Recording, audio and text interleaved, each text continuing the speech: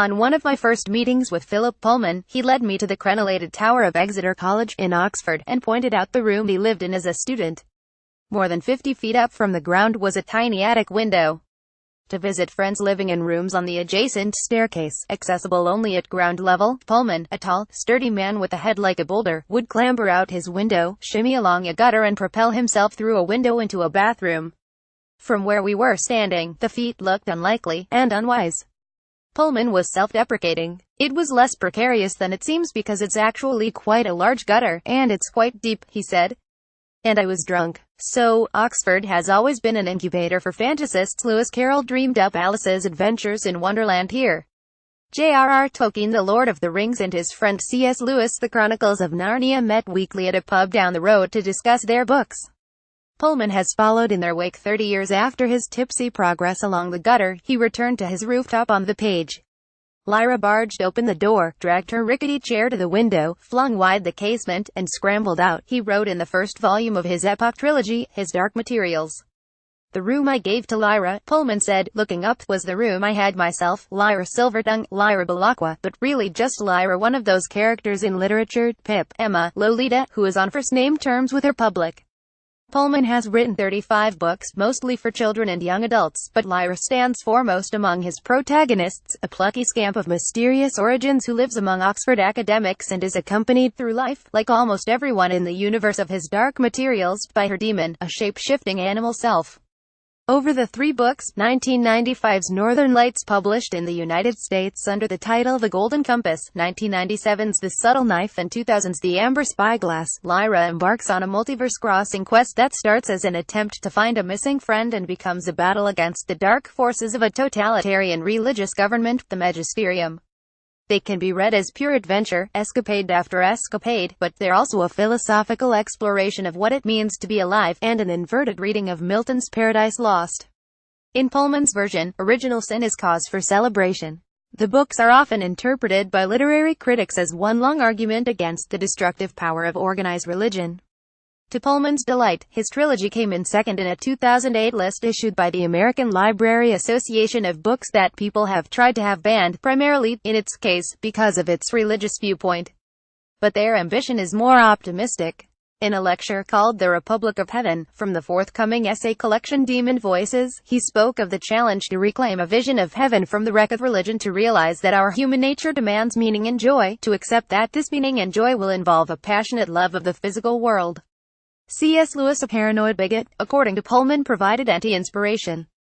Pullman could never bear the heavy Christian moralizing in Narnia, but he objected most of all to Lewis' censorious judgment of his own characters, such as Susan, the second oldest of the Pevensie children, who was excluded from Narnia after indulging in nylons and lipstick and invitations.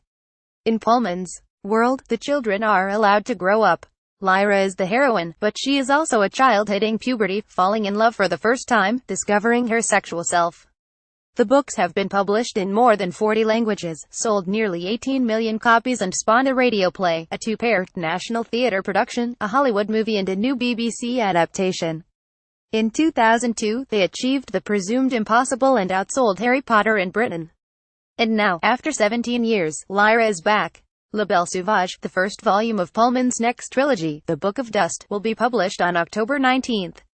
The period before publication is a skittish time, particularly when readers' expectations have had nearly 2 decades to ferment. When I visited him at his home in September, Pullman said he wasn't exactly nervous, but I just don't know what the reaction will be. His reputation seems unassailable. Letters can reach him, like the one fixed to his fridge, addressed to Philip Pullman, famous author, Oxford. He has won shelves of awards, including the 2005 Astrid Lindgren Memorial Prize, the world's most lucrative prize for children's literature, worth more than $600,000. He's the giant among us all, the fellow children's author Michael Morpurgo, author of Warhorse, told me. The range and depth of his imagination and of his learning certainly make him the Tolkien of our day, there is no question about that. But Pullman can, at times, betray a surprising lack of self-assurance. That morning, he said, he listened to John le Carré talking on the radio and thought, gosh, compared to him, I'm just a child. The publication date of La Belle Sauvage is, by chance, Pullman's 71st birthday. I've felt 80 or 90 the last few years, he said, sitting in his preferred love seat in his living room, surrounded by collapsing piles of books and his ukulele collection.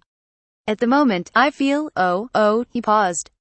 I feel 68. Pullman's dry, understated tone makes the jokes almost undetectable, but that he's able to joke at all is progress. 2 years ago, when I first visited him in Oxford, he was suffering the effects of complications from a prostate operation. He was in near constant pain and exhausted, at times only able to sleep in 15-minute bursts, and he wore the gray, spent expression of someone used to enduring something awful in silence. Earlier this year, another operation fixed the problem. Now he looked transformed. His skin had rediscovered color, his hair had turned from pencil gray to brilliant white and stood out from his head as if had just been mildly electroshocked. If he had a beard, he would pass for Father Christmas. There had been another recent transformation. A ponytail that used to lurk around the nape of Pullman's neck was severed by Judith, his wife of 47 years, minutes after he wrote the last sentence of the second volume of the Book of Dust. It was like Samson, he said. I had to not cut my hair while I was writing or else it would have all gone wrong. It was horrible. He meant the ponytail. And then, eagerly, do you want to see it? He jumped up from his chair and rummaged through stacks of papers on his dinner table. Pullman's home, an old farmhouse just outside Oxford, is wallpapered with literature and stuffed with ornaments and pictures, the kind of place where it's not always easy to see the floor. Then he pulled out a small plastic bag in which lay the hair, tied with a gold-edged purple ribbon. It looks a bit like a shaving brush, he said. Every day from roughly 10 until 1, Pullman sits at his desk in a monkish study at the top of the house and produces 3 pages, longhand. He has written 3 pages a day ever since he started writing. Habit, he is fond of saying, has written far more books than talent.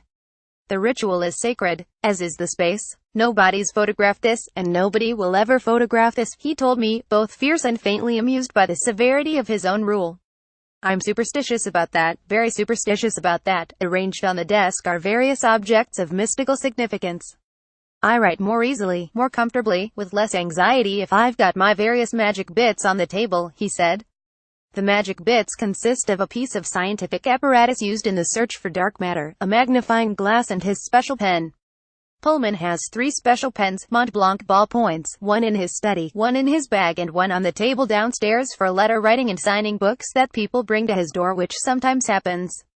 There is special paper, too. I started his dark materials on the sort of paper you could get 30 years ago, A4, narrow-lined, with 2 holes.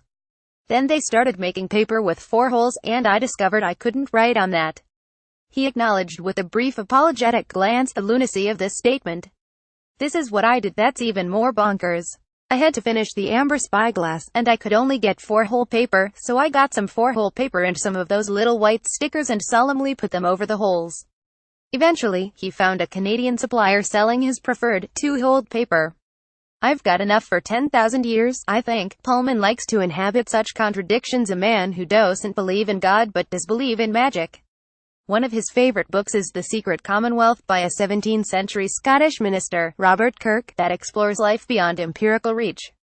Fairies, witches, ghosts. Does he really believe in these things when I'm writing about them? Yes, he said. It's not naive, but the sort of answer it requires is one of the Keats type. The negative capability type. Both believing and not believing. Skeptical about everything but credulous about everything, too. He gets the kind of kick out of unreality that could be dismissed as childlike if it hadn't molded his imagination. I like the irrational. I like ghosts, he said. They help me to write. Pullman at his home near Oxford. Nadav Kandor for the New York Times. Pullman was born in 1946 to Audrey and Alfred, a pilot in the Royal Air Force. The family moved often. You got used to being a bit of an outsider, he said. I am by nature a looker and rather than a taker part. Alfred was killed in a plane crash in 1953, when Pullman was 7. He knows little about his lost father and discovered only after his mother's death in 1990 that the couple had separated before he died. Episodes from an itinerant childhood still haunt him. Audrey remarried, the family moved to Australia, and Pullman remembers his stepfather, also an RAF pilot, once driving them to a spot from which we could see one of the flooded rivers. I still remember this immense gray mass sweeping inexorably from one side to another. There was no possible way of going against it or fighting with it. I was just aghast and thunderstruck by the power of this thing. So that's always been with me. The family returned to Britain by ship and moved deep into rural Wales. Pullman's youngest half-brother, Mark, recalled the walks the children would take across the Welsh hills, during which Pullman would offer entertainment. He'd tell us stories of things he'd read, Mark recalled. He'd tell us myths. He was studying Anglo-Saxon languages, and had tell us stories about that. There were always stories, but at home, he was an outlier. My parents weren't literary people, Pullman said, in the sense of being passionately interested in books. They read, but not the way he did, as if it were all that mattered. In Wales, he developed a committed relationship with the mobile library and is still grateful enough to the woman in the village who let him borrow her books to pay her homage in La Belle Sauvage.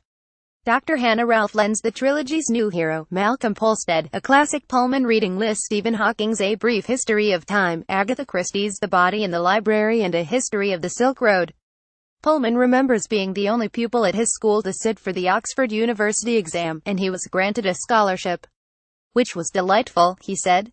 But they must have realized how wrong they were within 5 minutes of starting the first tutorial, I think.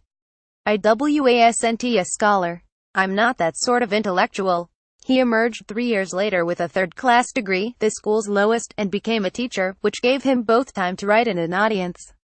At Bishopkirk Middle School in Oxford, he wrote plays for his students and told them his versions of the Odyssey and the Iliad. I told each story 3 times a week, and I taught for 12 years, he said. So, I must have told each one 36 times. I have all the stories entirely clear in my head and can call them up whenever I want. The Greeks permeate his writing. Like Odysseus, his new hero, Malcolm, is on a self-appointed quest, fighting off enemies from his boat. He's also very unlike Odysseus, being 11 years old, ginger-haired and partial, like Pullman, to woodworking and meat pies. The Book of Dust has other touchstones too. William Blake, The Occult, Ancient Civilizations, East Asia, and a 8-minute piece by Barden called In the Steppes of Central Asia. Most of all, Edmund Spenser's epic, 16th-century allegory, The Faerie Queene.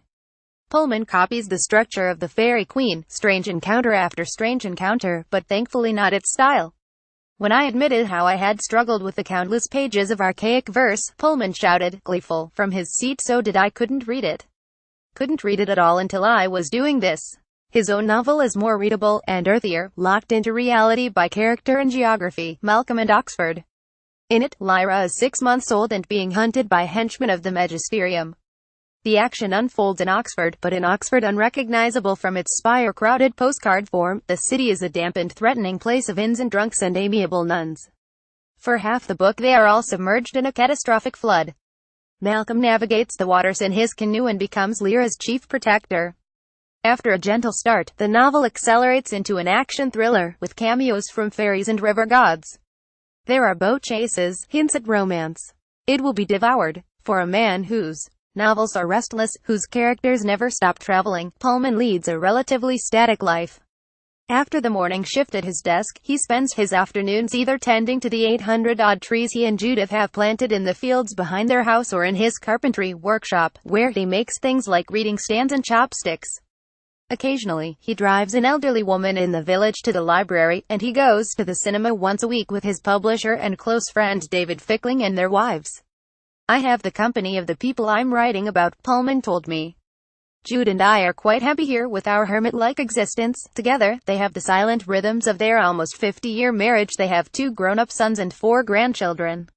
He makes the soup, she makes the bread. They listen to classical music and rate the government over lunch at the kitchen table. Judith, gray-haired, gentle-voiced, wry, gives the impression of someone who is particularly unfazed by her husband's reputation and absorbed in her own projects. All those trees. Once when I visited in midsummer, she was simultaneously watching a tennis match on television while checking cricket scores on an iPad. Judith had been a teacher, too, and the pair share passionate views on what the education of children should involve: more imagination, fewer tests. She is essential to Pullman's work, his first reader and a truth-teller, Fickling said. I deferred to her. As we ate lunch at their home, she recalled reading Northern Lights for the first time while sitting upstairs on their bed. When she finally got to the end, in one engrossed sitting, she sprinted down the stairs and out into the garden to find him, shouting, "This is La Belle Sauvage is dedicated to Judith and is, surely, the beginning of the end of Lyra's world." When we met during the worst of Pullman's illness, I wondered, guiltily, if he would ever finish it. He was midway through the 2nd volume. Lyra was in the Levant, and she still had to get to Central Asia. A long way to go, said Pullman wearily at the time. Now he is rejuvenated, though there remains more work to do. Before it can be published, the 2nd volume of the Book of Dust requires what he calls carpentry. The structure needs to be sawed up and reassembled, the sentences sanded smooth. The third book then needs to find its way out of his head and onto his two-holed paper. He warned there would be a delay, just as there was before the last volume of his Dark Materials. At the time, Pullman received a letter from a young reader. Mr. Pullman, I've attached a picture of a cute little squirrel. Please admire it. Now I want you to think of your book, The Amber Spyglass, for which the whole world has been waiting eons. Hurry up and finish your book or the squirrel will die. I asked him if, when he finally reaches the end, he'll bid farewell to Lyra, a character who has colonized his imagination for decades, whom he'll have nurtured from diapers to adulthood. Who can tell, he said. I've got plenty of other things I want to write.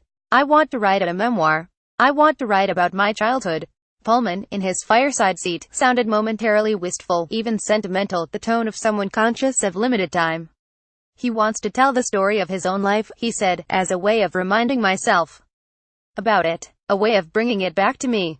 And because I want to write about things I loved, things I saw, like that flood, I want to preserve it. Sign up for our newsletter to get the best of the New York Times Magazine delivered to your inbox every week. A version of this article appears in print on October 15, 2017, on page 28 of the Sunday magazine with the headline The Magician of Oxford.